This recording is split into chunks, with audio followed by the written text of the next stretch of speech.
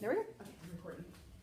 Okay, so make sure you have your little handout in front of you, because that just is going to give you, I wrote a couple of, really kind of just did a little preface of each of the modules, but I also gave you some notes about things like when you need iPads and what you need iPads for, because from what I've heard, Wi-Fi is an issue at some of the schools, and even just access to iPads can be an issue. So that's why I really wanted to just make sure that you guys understood you don't need an iPad every single day that you're teaching, you know, PLTW in your classroom. So just keep that in mind. Who has, Della, I know you've taught already this year, right? Yeah, I'm trying to go through the second mod right now, the second one we haven't. Awesome, how's it going? Well, this iPad thing, I gotta get Yeah, we'll we'll talk through that. Anyone else? So next year will be your school's first year. Yes, we have a teacher that does it right now. Gotcha. It's a rotation. Gotcha. We do it in our school. So you guys, so you are. I've done second. So Okay. I'm moving to third next year. So. Awesome. Well, this'll, come on in, guys. How are you? No, you guys are great. I talked to you in my last one. Come on in. Let me get you guys a paper. This is gonna be a little trick. There's that for you. You're welcome.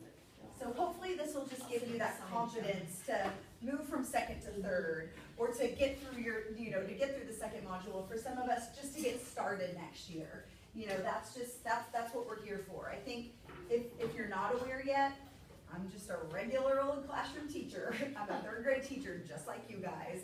I have testing starting on Monday, just like you guys probably do. I am not someone who is far removed from the classroom. I was there yesterday, I'm gonna be there on Monday. And I'm giving up, you know, we're all giving up our Saturdays together, so we're all in the same boat. I think that's the biggest thing that I always like to stress, you know, where it's a team effort here. So basically, as third grade teachers, whether we're third grade teachers next year or third grade teachers, you know, currently, whether we've taught PLTW or whether we've never had any experience with it at all, the point of me is just to give you that confidence to take it back to your classroom when it is time to teach, and give you some little tricks and just give you a little bit of information that you would get anyways, but it's just kind of different when it's, you know, when we're all here together and someone's talking you through it and you can ask questions as you go. The first module that I am going to touch on is, I'm like, where did I put my papers? Is the Science of Flight module. So third grade has, every grade level has 2 engineering modules that Lawton is implementing. Third grades are Science of Flight and Forces and Interactions. So the Science of Flight is going to teach the third graders the forces of flight, which are weight, lift, drag, and thrust. And it's going to apply those throughout the module till it gets to the very end with the problem that the kids solve. The second module, and you really want to teach that Science of Flight first, because the second module builds on what they learn about the forces of flight, and I even put up there like, should be taught first to build background knowledge for forces and interactions, and then knowledge is built from Science of Flight module, so that information is there next to the little bold parts on there. So when they get into forces and interactions, they learn that a force is a push or a pull, taking what they already learned from the forces of flight, and then they start applying that with their by applying it to their knowledge of simple machines and compound machines. So I really think of like the forces and interactions as really a module that's really truly based on not just the forces and interactions, but simple machines and compound machines, and that idea that they make work easier. So that's kind of the root behind that one as well. I'm going to talk to you guys about Science of Flight first. I'm going to kind of give you guys some information, and then I'll let you ask some questions before I move on. I think I learned that I spent way too much time on Science of Flight last time, so I'll try to take what I did last time and condense it a little bit, but still giving you all the information that you need. So, like you guys are probably either aware of, or maybe you heard it in your last session if you haven't heard it before, all the PLTW modules are based on what we call the APB approach, and so that is an activity, project, problem-based approach. And so every module, whether you're, no matter what grade level you teach, Sarah, you'll notice this from this year to next year, every module has 3 activities, a project, and a problem.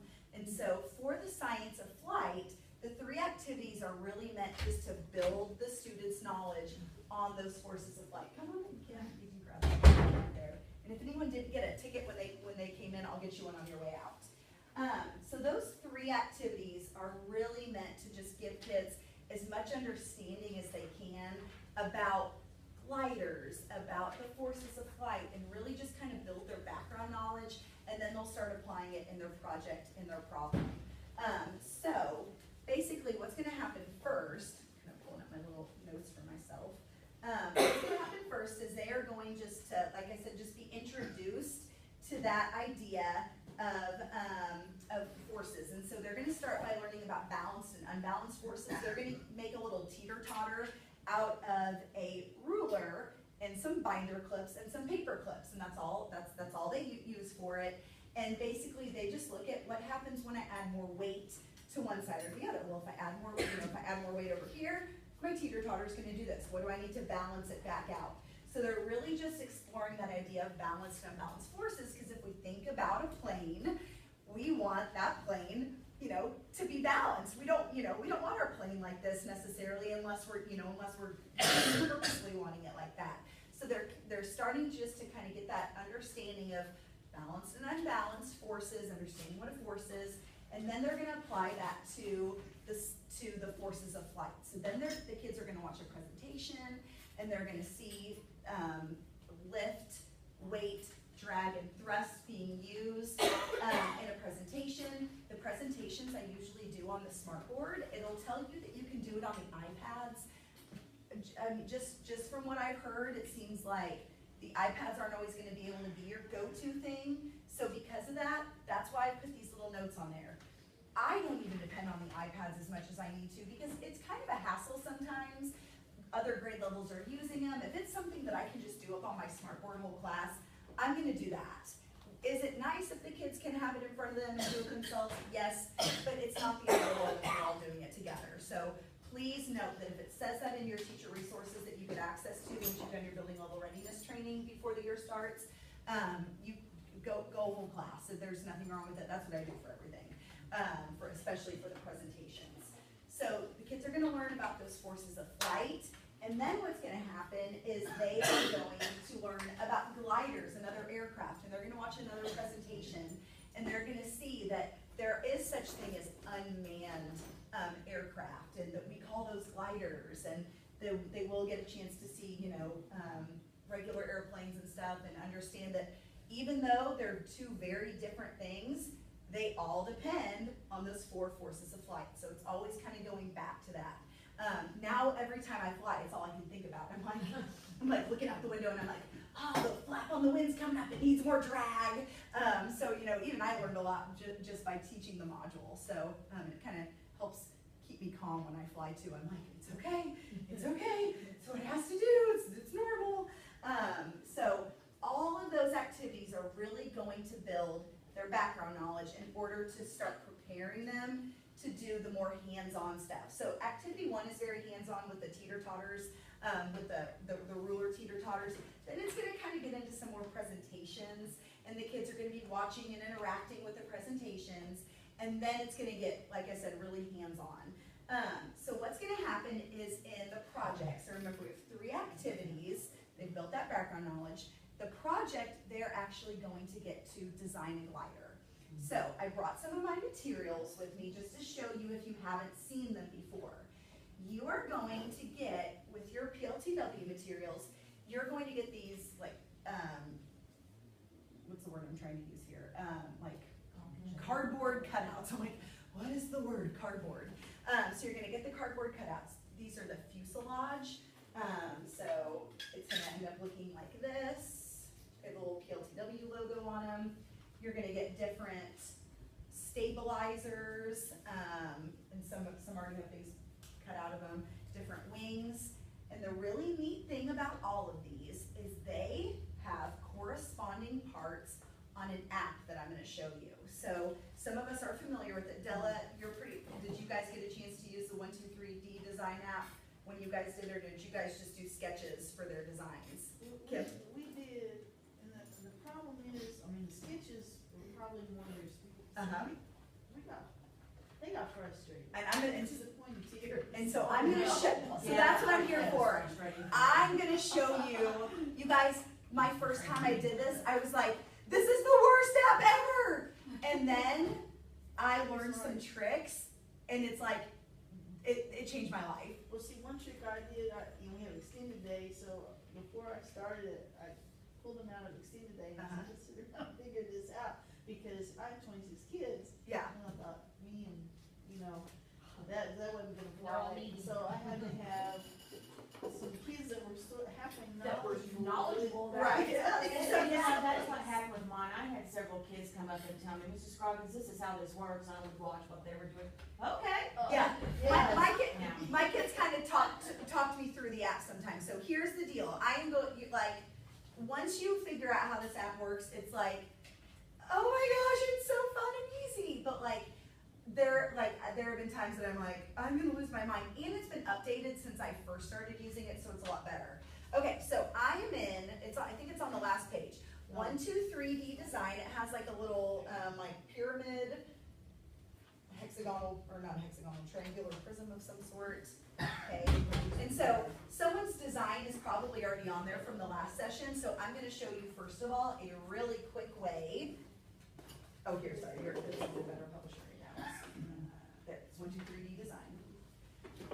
This is an app that is fun if you have access to it. If you don't have access to it, the whole module is not lost. So just kind of keep that in mind. This is just kind of a fun way to tie the technology and sort of like software into this. So on the top, so here's the first thing I'm going to teach you. On the top left where there's like the 3 little lines, click that and click new. And don't save. And you'll be able to start fresh. And it'll give you like a graph board. Okay? So then there's like a little, like mine right now just has like a little like rectangular line over on the right side. Kind of drag that over.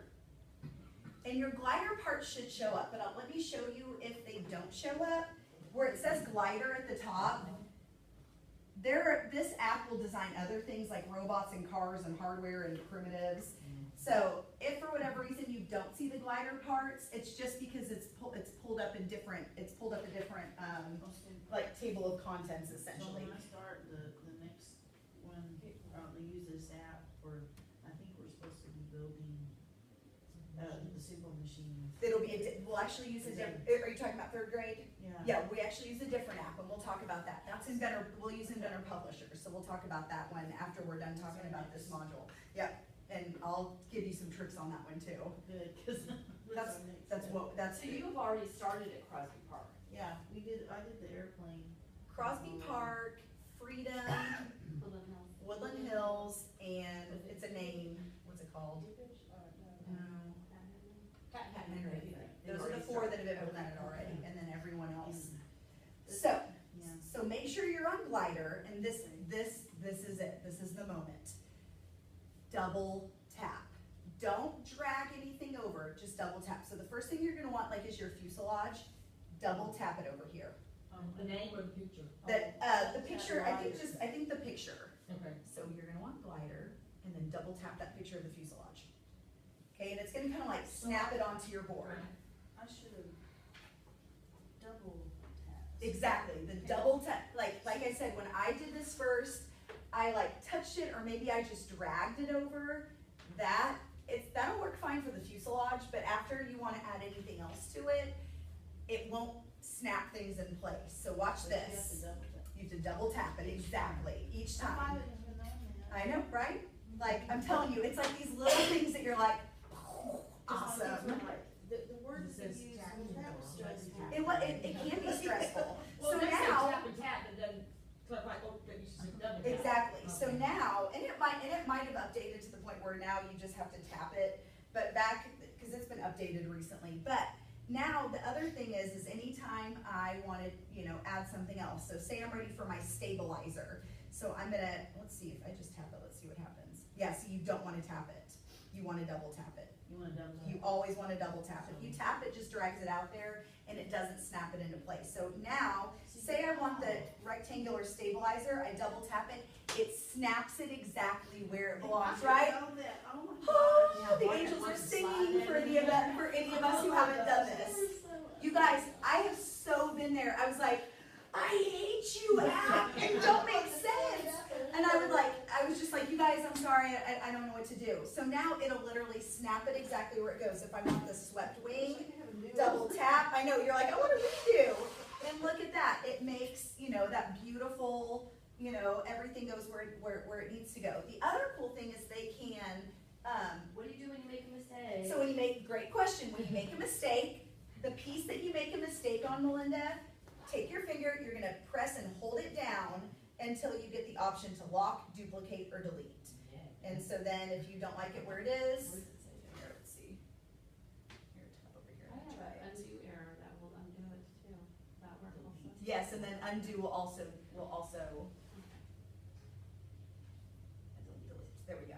So anytime you do make a mistake, there is that delete option. So, God. they would, okay, so they should've, once they got this done, then they draw in their book. Right, and they actually don't have to, if they do it on the app, they actually don't have to draw it in their launch logs, because this kind of becomes their sketch that they go off of to go to our make next their- step of their parts. exactly, to make their parts. The other cool thing though is they can color it, so like, if you, like when you touch it, it'll kind of like highlight it in a sense, it kind of like gets a blue aura around it. And then you have that little left hand, little, choices over here. Toolbar, you guys, I like no words in my mouth right now. I'm like, there are pictures over here. So the little paint can. So there's a little paint can right there. Ooh. And so they can design the colors of their, and every piece can be a different color if they want it to. So like, say I want it like pink. So then I, you know, get pink and I tap the piece that I want to turn pink. And So then, tap me first? yeah, so tap the color first, and then I just kind of tap over here until it changes it. And go back? And then go back and pick your other color, and so you just tap whatever piece of the plane you want to change the color to. How do I get back to the plane? This is nowhere, just tap anywhere out of there. Oh. This is nowhere in the directions, but I totally let my kids color their corresponding part. So like I brought a plane that one of my kids made last year, and I let them color it with markers. I'll warn you, it's like coloring the shiny side of poster board, and so you kind of have to let it dry. Can I ask a question? Yes, ma'am. I'm trying that in your hand. Yes, My kids, and I got really frustrated with it, and I can see yours is doing it too. Yes. Those wings don't stay in Yes. the strap. What was your suggestion of making them? so mine are taped, yeah, so I did take that extra step to tape. I mean, they've been in a box, so it's not the best, and these are kids from last year, but I had them, and they got to the point once they kind of saw me do it where they would actually tape them in place, but I would take, like, let me get a piece of tape back here. I would take the tape and I would just kind of stabilize where it was. So like, let me just use this as an example. So like, so I made this design, so here's my glider that I made. So I used that swept wing and then the rectangular canard. I call them canards, I'm probably pronouncing it wrong. So all of those pieces have corresponding pieces with your supplies that you get. So if that was my design, I would get that piece, and then I would get the wing, swept wing. That corresponds to what I designed. They're really sturdy, so like if you guys just saw me punch them out, you know, they don't bend super easily. Everyone gets a fuselage. And so they would color these if they wanted to, and I suggest they color them first. Next time I'll do that. It makes it more fun, and then I have them write their names on them somewhere too. So, initially it looks like, oh, it's all great, it's perfect, but as soon as they start flying it around, it's gonna start bending. So what I would do, That was another thing, it was hard to keep all right, that to keep together. everything together. And then when you were out, I did mine outside, Mhm. it's like a little launch pad thing out Yeah. on the playground or whatever, where the fire trucks come and everything, but we were out there throwing them, of course it's kinda windy that day, but some of them kinda Got a little tour, yeah, And that's, I mean, I'm just gonna say, if this is a glider, right. cardboard is just a little heavy. It is a little heavy for a glider. I think it's just that it's the most like it's the sturdiest, the lightest and sturdiest that they can Kids make. don't work on me. Yeah. And I'm like, But I will say, I mean, like, this is from last year, this is, you know, from my kids who are fourth graders now, and I threw it in the tub, and it's still pretty, you know, it's in good shape, minus the wings. But so what I would do is I just would take the tape, and I would just you know, kind of get it so that it would at least keep it in place, but I would do it top and bottom. And so, like I said, the kids kind of got to the point where they could do it, and so I really made sure though that I got it like right up against there. And so that way it was really holding it in place, but not just the top, but the bottom too. And that really seemed to make a big difference. It didn't make a huge difference. I mean, you know, it's not like nothing was still moving, but it did make a big enough difference that they weren't, you know, having to like put their pieces back together when they were done. So that's just kind of a little step in order to make it. And so now, you know, it's not gonna go down as far as it did before, and I just kind of have to shift it back into place as opposed to it being like completely, you know, completely funky. So that's just kind of something to keep in mind. That's a little trick that I found worked as, you know, as best as it could. It wasn't a perfect solution, but it worked as best as it could. So just kind of keep that in mind. So that would be, you know, their swept wing, and then they can still do their little rectangular canard on the back. Now, Kim talked about a launch area that she did, and you guys went outside. Going outside is fine. Keep in mind the wind's gonna possibly affect that as well. I mean, it wasn't super windy, but we mentioned, there was one place we could go. Right, so Classes were going on. So like from my experience, and some of us can share our experiences as well, those of us who have taught. What I went ahead and did, and I kind of tried two different places. The first place I did, because there's gonna be 2 times that they're gonna have to launch their gliders. The first is in the project, and then the second time is in the problem. So they have a whole other thing that they're gonna do with the launching. So you will have 2 sort of different sessions of launching that will have to be done. It's not all gonna be at once. So the first time when I did this, I did it like right outside my classroom door in the hallway where all the other classrooms are. That was a mistake because it is loud. It's loud. The kids are talking, they're problem solving, you know. I felt like I was just really disrupting the other classes. So what I did next is I just went out, like, and of course all of our schools are different, but I went out into like one of our main hallways instead, just kind of in the middle of the day where I knew there wasn't gonna be too much traffic, out kind of by our library, because we just have this nice long hallway, and I did it out there, and then that way I was at least away from kind of the main classroom halls, and that worked a lot better, and I had more room that way too, because it was more space and it was wider than just our grade level hallways. And what I would also suggest is not just having one single place to launch from. I actually ended up doing 2 desks back to back, one with each launch pad on it, and I'll show you what the launch pads will look like. And so that way I could monitor the kids who were doing, who were launching, and I could kind of see, because what you'll do is you'll have a kind of a desk or table set up with your launch pad, which I'll show you here in a second. And then you have to have a piece of measuring tape that goes out from the desk, because you want them to measure on the project, you want them to measure how far the glider can go. Because the goal is for them to get it as far as they can. So, you know, it's STEM, so we have math involved, so they are measuring. So that's one of the big things there. By themselves, or they work with partners? They work with partners. So this one, I had partnerships. It says that you can have bigger groups. I think that this module works really well as partnerships. There's plenty of materials. Like, you will have more than enough materials to make the gliders. This is a great partnership one. You do not want them to work alone.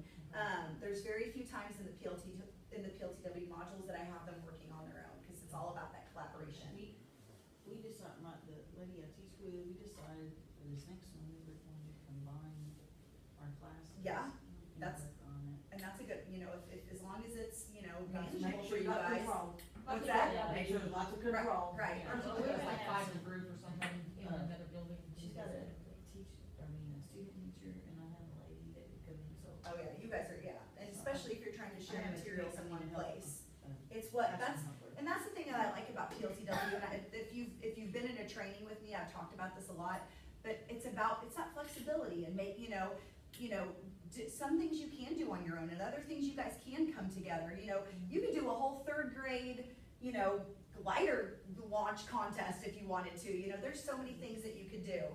This, I think, is just kind of a helpful little trick. When I saw this, what's that? I couldn't make that work. Here, so I'll show you guys. So this is the launch pad, I didn't know okay? there was a lunch. I know, see, I'm telling you guys, I feel like you are gonna have a couple little tricks at least that you can walk away with after today. See, that's the problem, you know, only a couple people went to the training. Right, well, and So they said, didn't, we're gonna do this, right, okay? So, it's pretty much us winging it and Right. figuring Well, stuff out on our own and and- not having the training.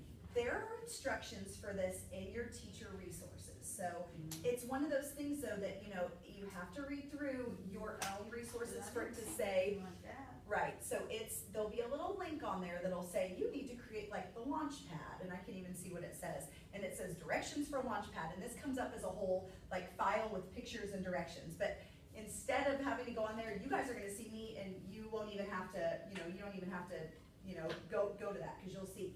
There is a file, there's two different launch pads. There's one with like a long, and then there's one with this line in the middle. And I think the file itself is just launch pad. I could have pulled that up off the website. Right, and so you would have just printed this. So this is a printable, and and then there's a separate file that actually shows you the steps to Would this. that have been in the resources? Yeah, and it would, and so this would be for Yes. project 4, your teacher resources for project 4, there'd probably be a little link on there.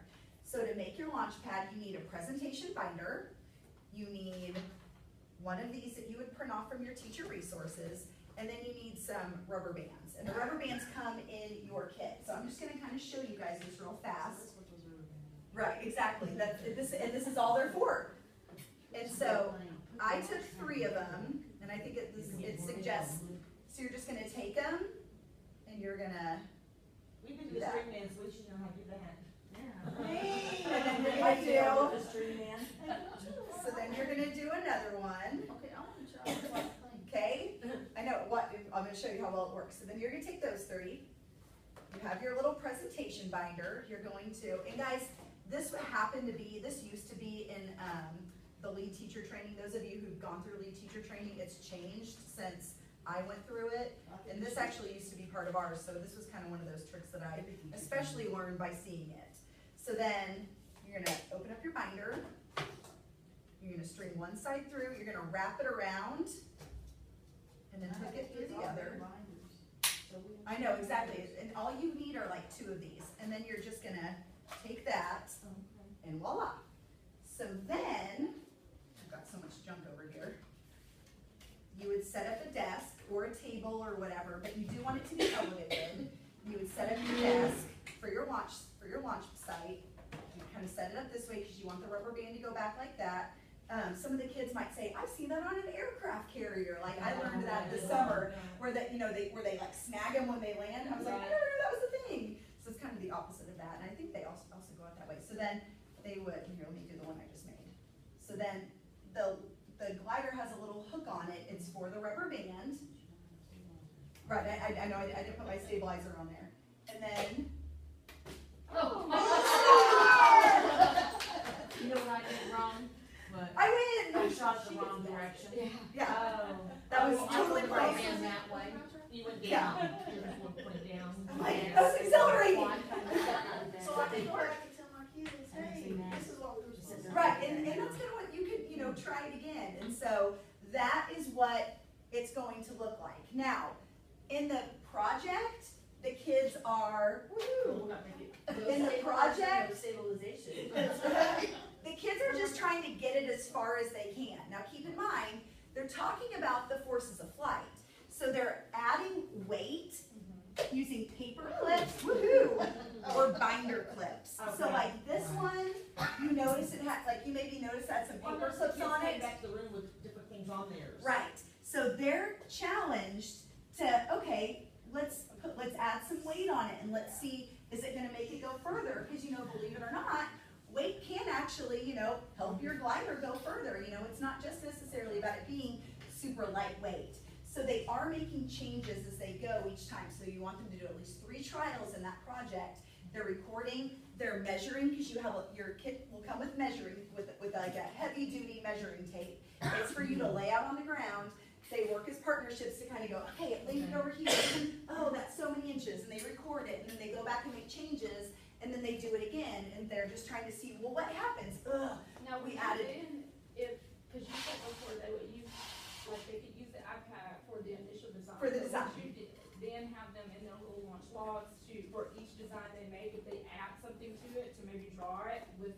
They what do, they yeah, add? so like, there's a whole, in the procedure, it tells them exactly what to do, and so they like, write, what are the changes that they made, and what, did they add more binder, or, add more binder clips or paper clips? So all of those things are noted, so that they're kind of seeing what happens as they, do these things to their gliders. Cause that then takes them into the problem where they're trying to get their glider over a drop zone with as much weight as they can. So, cause the problem is that the kids want, and clearly these students, Milo, Susie, and Angelina can't actually do this because they are not pilots, but it's applying that idea of like a natural disaster and getting supplies to an area. And so I think the biggest thing for me that I wanted to talk to you guys about is nowhere in your resources is it gonna tell you the drop zone needs to be this far away, or the drop zone needs to be this or that. It's gonna tell you, you don't actually have to drop anything over the drop zone. It's really just about how much weight can they get on their gliders, and they can make a whole new design. They don't have to use their glider from the previous design. The only thing it says that they have to do is use the fuselage. Your supplies actually come with like blank versions of these. They could create their own shape if they wanted to. A lot of time, most of my kids usually don't. They'll just kind of go and they want to try out different things instead. Sometimes they're like, I thought our glider worked great. I want to use the exact same design, and they'll do the same design again. But they do have the freedom to create something totally different if they want to. So keep that in mind. But they would actually have to like cut it out of the cardboard, because you'll get blank cardboard sheets that are the same material. It's just one sheet, and then you say it's just one sheet. And then cut out. Exactly. So they can design their own shapes. It always comes with like criteria and constraints. The criteria is they just have to use that fuselage that's provided, the main body of the plane. So then what I want you guys to understand is you can decide where your drop zone is. Like I was saying, this classroom like has a perfect like area for a drop zone to do it in here. Because you can say like, this is the drop zone as long as it gets over the blue square. The main goal is to get as much weight on the glider, but the glider has to go over the drop zone. We even like let you be successful if you like landed right after the drop zone. Ideally we wouldn't want the plane to land right after it dropped the stuff, but that was just kind of, because it doesn't really say what makes it work essentially. So just kind of keep that in mind. Obviously, if their glider shoots way over the drop zone, then that probably means that partnership could do what to their glider? Add more weight, because gosh, you can add more supplies. Go see how many, go see if you can add more supplies to your design and see if it'll still make it over. They maybe might go back and add too much weight, and then it totally, and so then they're gonna go back and they're gonna take it off and they're gonna make those adjustments. So it's all about that problem solving. So that's kind of the culmination of that particular module. Yes, ma'am? Okay, my question is practical. Yes, Will we get new glider packs every year? you will. Oh, good, You will. because I thought, oh, great, now we're gonna have to No. trace and. These are They're all consumable, and the cool thing is like, I have a bunch left over. All of the third grade teachers, we have a lot left over. So it's like, we now already have an abundance of extras. So How like, many does the kit come with, to start with? I can't, it's always enough for 30 kids, but it's like, since they're partnering up, Yeah. there's a ton. These are just my leftovers from this year, and this is just a piece of it. Like I had a stack of stuff Even though they're partnering, did you let them make their own? So what I ended up doing, and that's why I have some extras left over, they're gonna end up with 2 different gliders. They're gonna end up one from the project, and they really truly can both have their own from the project if they wanted to. It's really just the problem where they need to come together and decide on one final design. So really the project, they could end up with 2 extra. What's that? They could make 2 different gliders. They could, yeah, in the project, they are actually allowed to make their own if they want, per kid, but they do it together, they're still together. And so I let them, them keep those from that one, and then I ended up keeping everybody's final designs, just cause I was like, I don't wanna have to decide who to send this one with. I'm gonna keep them, I would like to keep them for, you know, for, I don't know what, I probably made up some silly reason, like, for like a glider museum, but at least I have extra, you know, to show you guys. So there's enough, and even if like, you did only have them do one design for the project, you will have enough extra stuff that you could be like, go, you know, you can go design one and take one home, cause there's enough materials, there really are, like, I'm not just saying that, you really will have enough. Della, did you find that you guys had enough? Yeah, we did, but, well, there was one reason we had enough is because not knowing how next year was gonna be. Right. You were conservative. You're all, I know, various teachers be like, hoard things, don't give my pictures away. My brain didn't do a lot of thinking, I guess, we didn't take those things down, so when I got done with my group, I passed my stuff that was still usable to the next teacher. Yeah, And so we passed as much as we could, so some of them we had to kind of say, now we can't use this anymore, it got bent and torn and whatnot. But a lot of the material we used a couple of I times. have like Ziploc bags too of extras as well, like, I kind of went ahead and pre-punched a lot of stuff out, like, okay, here's the rectangular canards, and here's the, you know, here's the X ones, and, so I had them, so they just kind of had to pull them instead of like pop them out, but they can pop them out themselves, you have some kids, exactly, you have some kids who would like, it would be bent immediately, and so I did kind of just have them laid out, and they just came and took what they needed, and it doesn't take long to pop those out.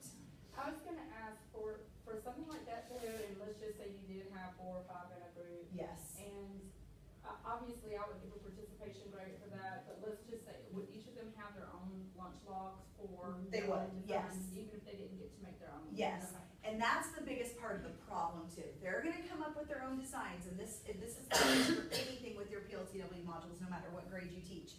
They're gonna come up with their own designs, and they're gonna come together, and they're going to work together to come up with that final design. That really comes into play though for the problem for this one, where they really only have one glider per group or per partnership that is going over the drop zone. So basically, I should have divided, I let them all make their own, but I should have let them You do want- them as a group. Right, you want that collaboration, you want that, you know, that working with each other, and, Then you know, the second one, they could have made one on their own. the project, they could make one on their own, the project is gonna come before the problem. The project where they're just seeing how far it goes, you can have them do that one on their own, cause they're learning what they can, to come together to make that final design that's going to go as far as it can, but also carry, you know, as much weight as it can as well. In the order, let them make their own first? Yes, and then have them collaborate as a group on the problem. Okay. Let them, So that's gonna be the goal for that final culminating piece. We want that collaborative spirit. We want them to come up with that design, have those discussions. Well, I used the swept wing, and mine went really far. Look at my data. Oh yeah, I used the delta wing, and mine didn't go very far. So yeah, I bet that swept wing might work a little bit better, because there are pros and cons to the different, you know, to the different parts. You know, the kids can find ways, you know, find different combinations that work best for them. 4 to 5 to a group. I would, like I said, on this one, I prefer partnerships just because you Or 2 or have, 3. right, 2 or 3, just because it gives everyone a job. As soon as you start making the groups too big, Some just sit there. some and just won't hang out. and Exactly. So- What would, okay, if you say 2 or 3, you know, if you assign a job, Right. what would you, So like, what would their jobs be? well, so like, if like they're launching, some of the jobs might be, someone might go and measure. Someone, in the directions, it says that to have someone videotape. If you don't have access to an iPad, don't worry about that, that's not a big deal, you know, you don't have to have that. But when I did it, I had a kid videotaping, because I just had partnerships.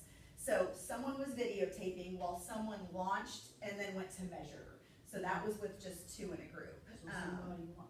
And want play actually retrieval. launch. Exactly, they were the Oh, launcher. the retriever. Yeah, and so, and I think I did end up having a couple groups of 3 maybe for that one, and so, yeah, so as soon as you get to 4, you just, there's too many somebody who sits cooks in the out. kitchen, So exactly. You really Or they basically, argue. if you did Oh, yes. videotape, you could do measure, launch, retrieve. Exactly.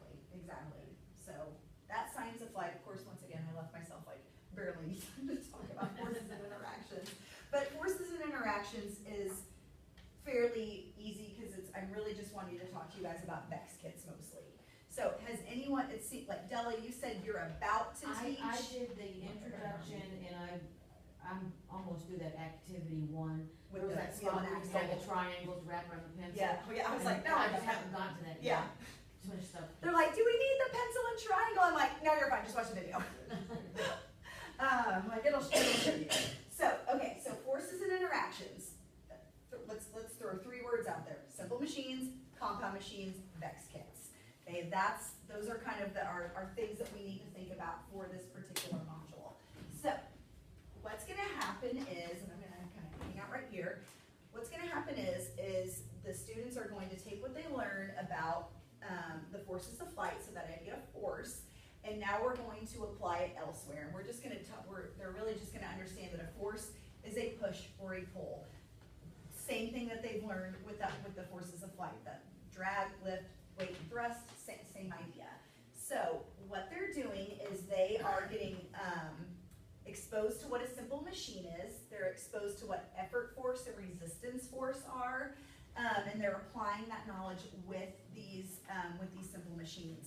So the first thing, so they're going to watch a presentation on forces and simple machines.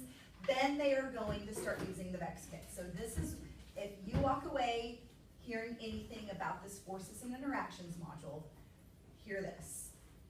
You really need to be able to have the VEX kits in your classroom throughout the module. You really can't, I can't say, Melinda, I'm gonna use the VEX kits today, we're gonna build all the simple machines, and then I'm gonna give you my VEX kit and you're gonna do it tomorrow. First of all, it's not gonna take you one day. Second of all, you aren't gonna want your kids to take apart what they just built, because they are going to really be building upon each part of this. So, to do this module really well, you're going to want at least one VEX kit for at least 3 kids. At the most, I really wouldn't put more than 5 kids in a group, and 5 is really pushing it. You could, but I mean, if you guys are, how big of groups were you thinking? 26 kids. Okay, so here's another idea, and this is something to throw out. If you guys, It'd be easier for us to teach together. let me kind of, this is just a suggestion of, of what you could do if you are strapped on time, if you're strapped on resources. This is not best practice, but it is something that you could do. You could have the simple machines built already, and I probably shouldn't even say that, but you could have like, almost like a, as long as they're getting exposure to using the VEX kits and building with them at some point in the module. So like the first activity, they are building a design that utilizes a wheel and axle. There's no specific directions, it just says you need to build something that uses a wheel and axle that can carry a load. So as long as they can show me that there's a wheel and axle involved and it can carry a load, success.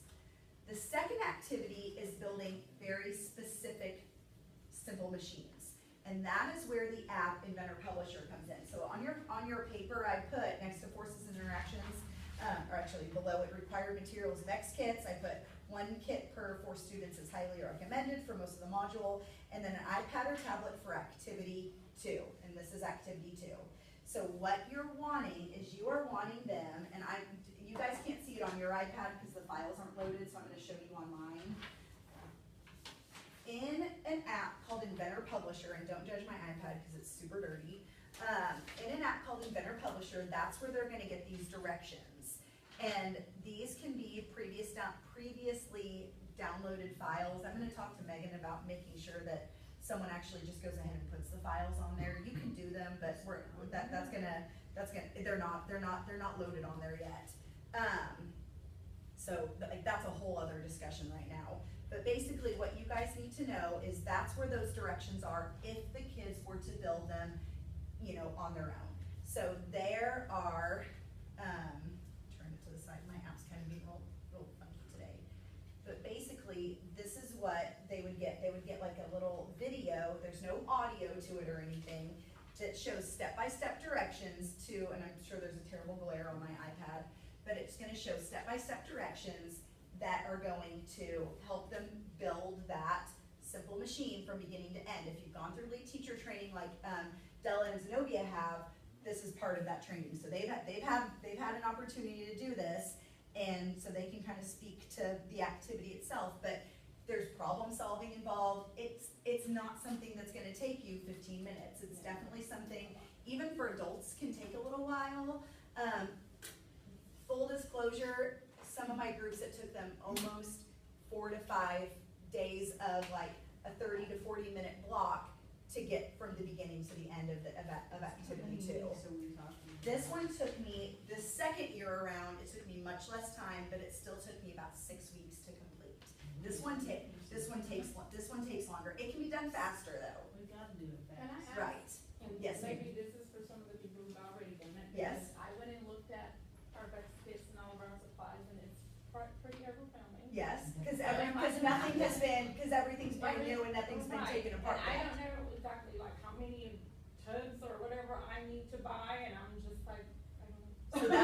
So that's where I suggest for this one, like I said, my kids were in groups of 3 or 4. I had 24 students, so I ended up having about 6 groups. I really think I ended up doing 7 groups because I did do a couple smaller. I had a couple groups of 4, but then mostly groups of 3. But we have enough VEX kids at my site, so if I didn't have if I didn't have that many, I would make my groups bigger. Each group would have their own tub that you would not want.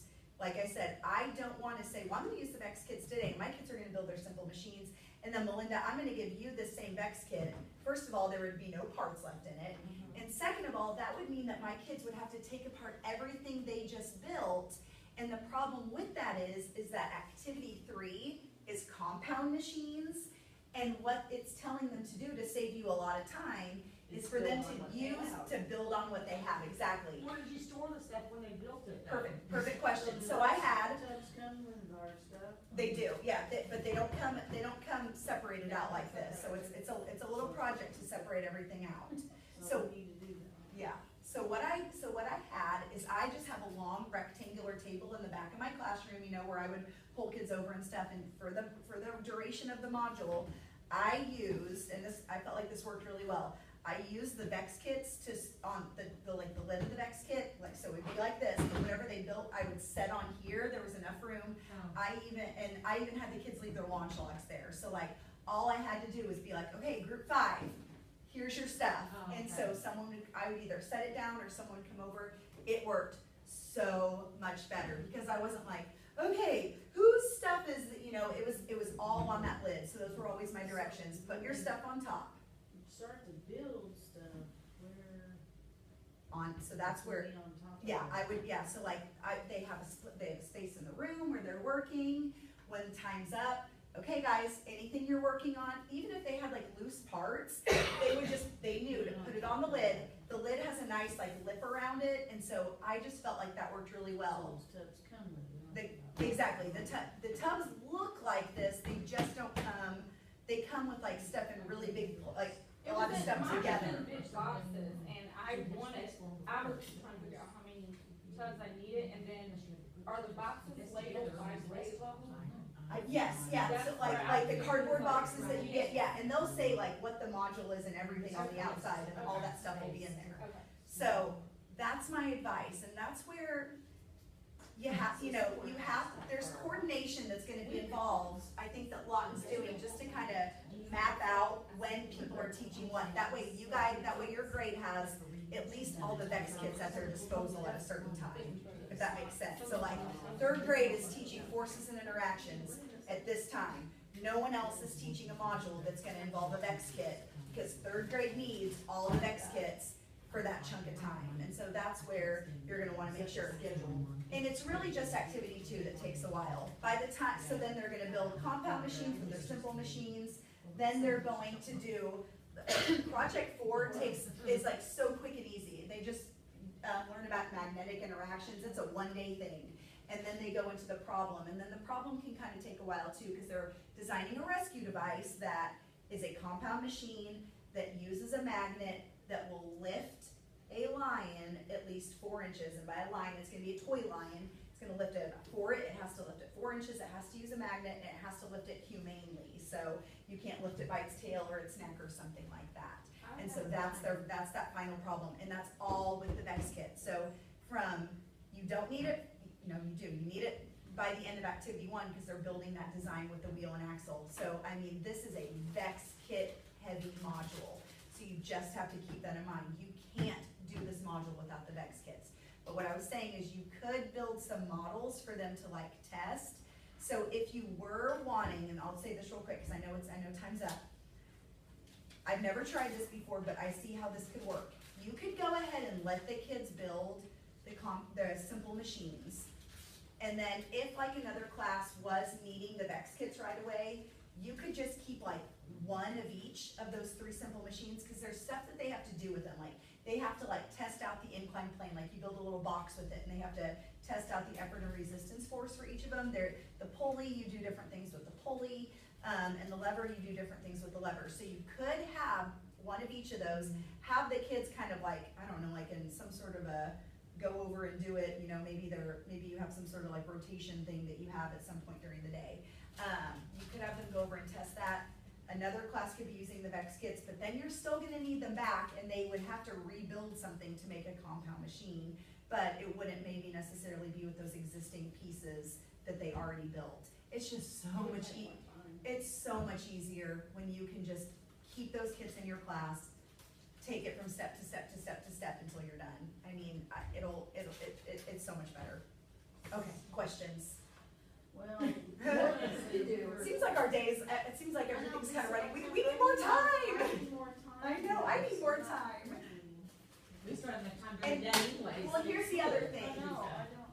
You have my email address up here. Take this paper with you. You have my email address. I'm here all day. Like, if you feel like you want to come back for another session, I'll still be here, so. One of the reasons why we kind of want to collaborate and work together is what we want is really comfortable. And that's where, I mean, Do we do a post test in there too? yes, there's a post survey here. Here's one. And I don't then have that app, so how do I there's you don't have the app for the post surveys. You can go to that website. They're just using it for data, so. It didn't work at my dad's.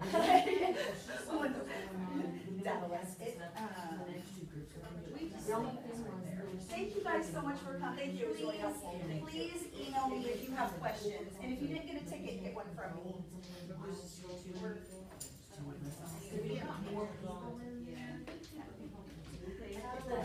I'm not real technology savvy, she wanted to. Thank you guys for giving up your Saturdays and coming, and I hope that you learned some helpful things. So are you on YouTube? Turn this off.